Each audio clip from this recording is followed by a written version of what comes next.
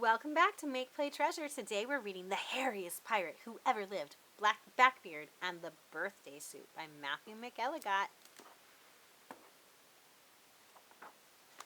This is the story of Blackbeard, the hairiest pirate ever. Blackbeard was so hairy, it was sometimes tough to tell if there was a pirate underneath. Blackbeard was also the toughest, loudest, most unsanitary pirate ever. This made it hard for him to keep a parrot. Most quit after the first few days. Blackbeard's ship, the 5 o'clock shadow, was feared throughout the land. On Blackbeard's birthday, the entire crew put on their best clothes. They drank punch and scratched and spit. They hit each other with bottles and sang pirate songs. Then they had cake and opened presents. Afterward, Blackbeard threw them all overboard. What a great party, said Blackbeard. That night, alone in his cabin, Blackbeard looked in the mirror. His clothes were in tatters, his shirt was stained with punch, his pants had a hole in the size of his bottom, and his underwear was full of frosting. "Polly, I'm a mess," said Blackbeard, "even for a pirate." "I quit," said the parrot. The next morning, Blackbeard called the crew together. "Listen up, you jellyfish," he bellowed. "I'm going into town for a while. Stay out of trouble or you'll walk the plank." "You stink," shouted one of the pirates. "Don't come back," called out another. Someone threw an egg at Blackbeard's hat. "I love these guys," thought Blackbeard. In town, Blackbeard came to a small store. The window was filled with fancy clothes. Inside, a small, wiry man stood behind the counter. My," said the man. "What are you supposed to be?" "Shiver me timbers," said Blackbeard. "I'm a pirate." "Of course you are," said the man. "What happened to your pirate suit?" "I had a birthday party," said Blackbeard. "Is that a problem?" "Not at all," said the man. "First of all, I want a new hat," said Blackbeard. "What kind of hat?" asked the man. "A pirate hat," roared Blackbeard. "I'm afraid we don't have that," said the man. "Blimey," said Blackbeard. "Then give me a bandana. How about a straw boater?" "I don't know what that is," grumbled Blackbeard. "Trust me," said the man. "It's much nicer." "Arg," sighed Blackbeard. "I also need a new coat," said Blackbeard. "Do you have anything in a buccaneer style?" "I'm afraid not." "Pirate pants?" asked Blackbeard. "An eye patch?" "I'd have to check." "And I'll need a new parrot too," said Blackbeard. "I'm sorry," said the man. "We don't sell animals." "Hogwash," said Blackbeard. "What's a pirate without a mascot?" "Let me see what I can do," said the man.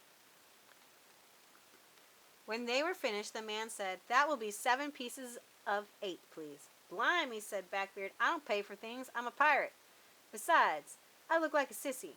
"You do not," said the man. "You look very stylish." "I do?" asked Blackbeard. "Certainly," said the man. Blackbeard looked in the mirror. He narrowed his eyes. He studied his reflection. "I suppose I do at that," thought Blackbeard. Outside, Blackbeard noticed people staring at him. "The poor landlubbers," thought Blackbeard. "They're jealous of my suit." He stopped a little girl on the street. "Are you staring at me?" "Yes, sir," said the girl. "You have pretty clothes."